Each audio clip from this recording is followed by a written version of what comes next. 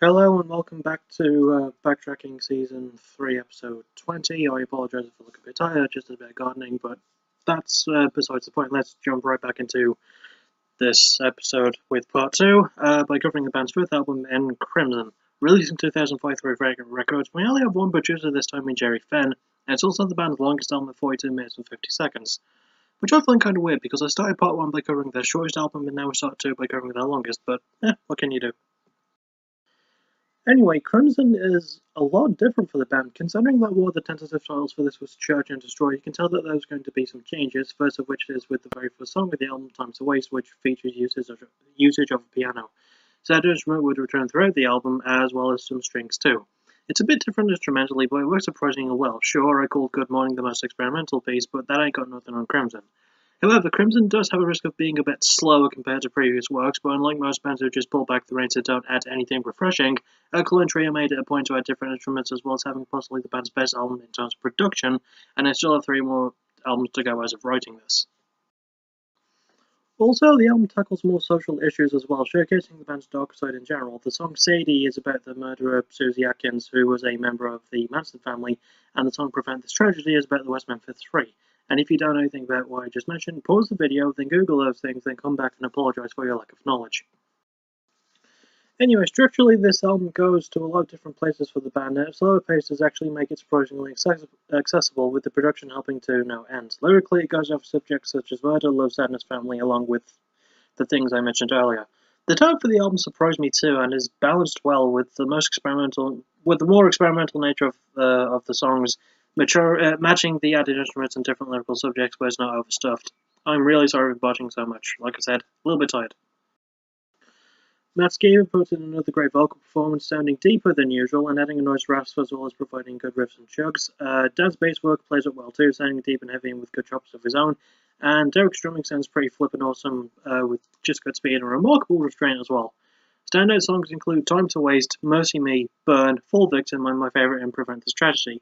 Crimson might be slow in places, but it's easy to get into, it's produced well and experimental without being confusing, while still holding true to the band's honest and heartfelt core. I can recommend this one more than I expected. It's worth a shot, and once again, it's a pleasant surprise. Next is the band's sixth album, Agony and Irony. Released in 2008, we get another label change as the band moved from Vagrant to Epic, and they also trade producers with Jerry Fenn replaced by Josh Abram. This album was actually the first time I heard about the band. Bizarrely, I read about it in an issue of a magazine called Metal Hammer. It's weird to see those guys review punk, because their magazine name is Metal Hammer. But then again, they reviewed Medin Lake and such, so I really wouldn't put anything past them.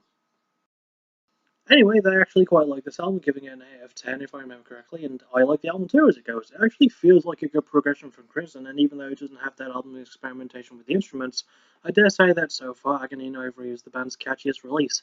It's maybe the closest to pop punk that the band can be, with the production being a telling sign of that.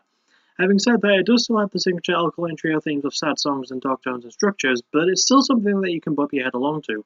It doesn't feature songs about the Manson family or the West Memphis Three, for example, but it does have some smart song titles.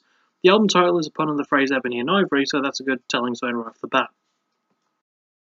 But perhaps the most important thing about this album is the cover, which has now become the band's signature heart and skull logo. Hell, that would soon become the name of the band's own record label later down the line, so it does actually have some significance, so it's important that I brought it up. It also just looks kind of cool. It's a sweet looking logo, can't lie. Anyway, the production of this album is amazing, and it adds to the album's more moderated pace in contrast to the slower style of Crimson and the usual speed that is the band's bread and butter and cheese.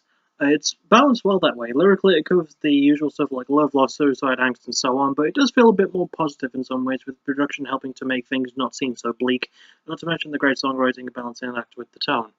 Matt's vocals retain their usual honesty and often bluntness, but he carries more range and even sings a bit higher, with some good riffs and amazing solos as well. Dan's bass work is once again great, with heavy driving riffs and pulsing tones of his own, but his backing vocal work is also stellar too. I forgot to mention he's the main backing vocalist, and he does a pretty badass job. And Derek's drumming is nice and balanced, with good speed, timing, and lovely quick fills and thrashing snare work. Standout songs include Help Me, Do You Want to Know, Love Love Kiss Kiss, Ruin It, and my favourite in Over and Out. Even 6 albums in, the band still sound fresh and inventive with their formula, with a great grasp on pacing, production, songwriting, and just really good performances. I could recommend this one quite a bit, as can Metal Hammer, as it goes.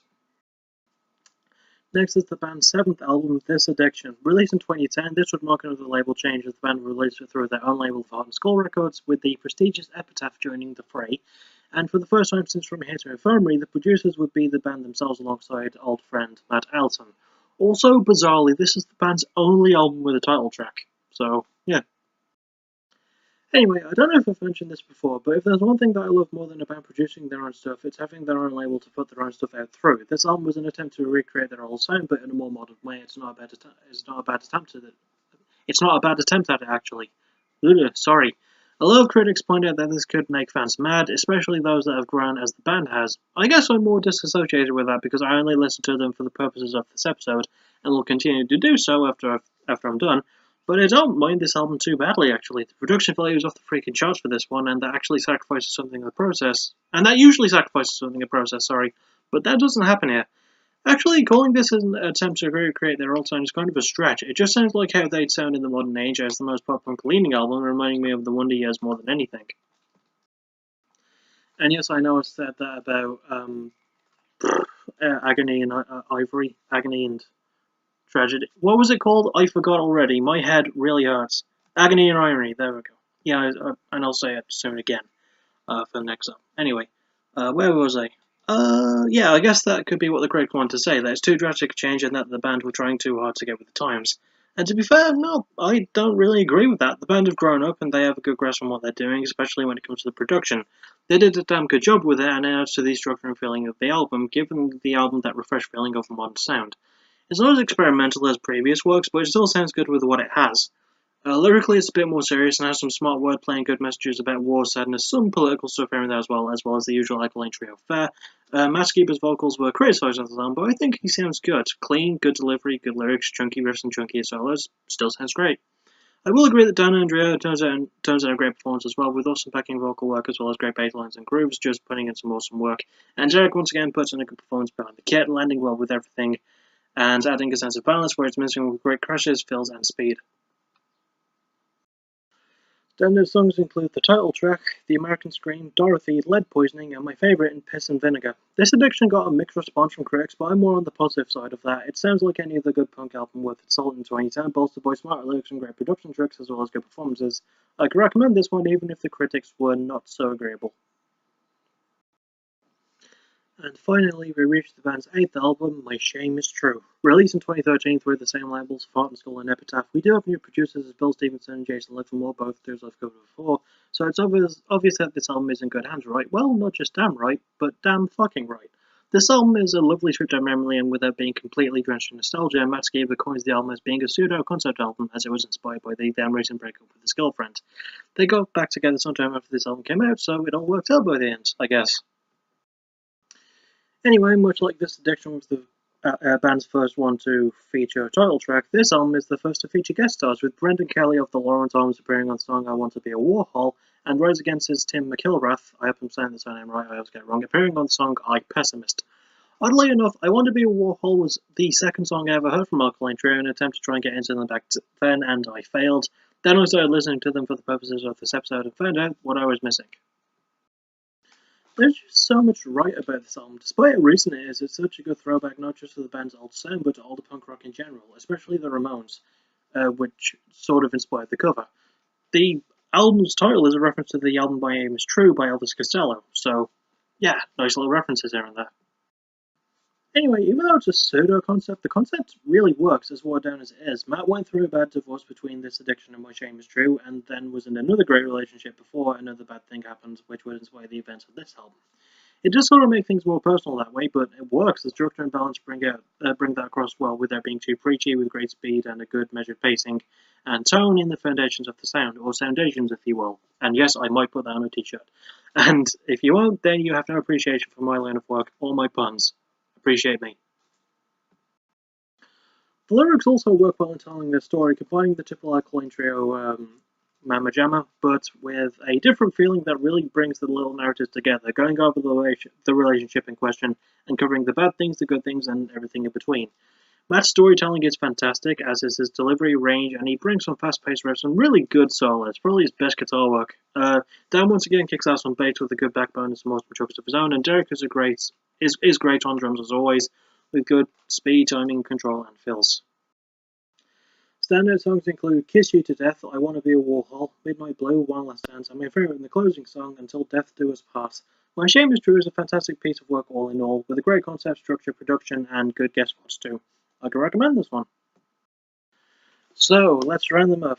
Picking a favourite is going to be trickier, but I'll go with From Here to Infirmary, but My Shame Is True is a very, very close second. I mean, From Here to Infirmary is just a classic example. It's the album that made the band sound what it is, even with so many changes since then. And it's sort of a majority thing that, as a lot of others seem to like that one as well. So, yeah. Least favourite album is probably God Damn It, but I don't really have anything bad to say. I just feel like the band have come a long way since then. Even if critics were a bit too harsh on Crimson and This Addiction. But I still like both those albums. Still, this one is worth your time and it sounds awesome. So, yeah, but it's weird to say the least favourite. Like, one I'd listen to at least, maybe, which doesn't make it sound any better. Anyway, that'll about wrap it up for this episode. Join me next time as I cover San Antonio rock bands, nothing more.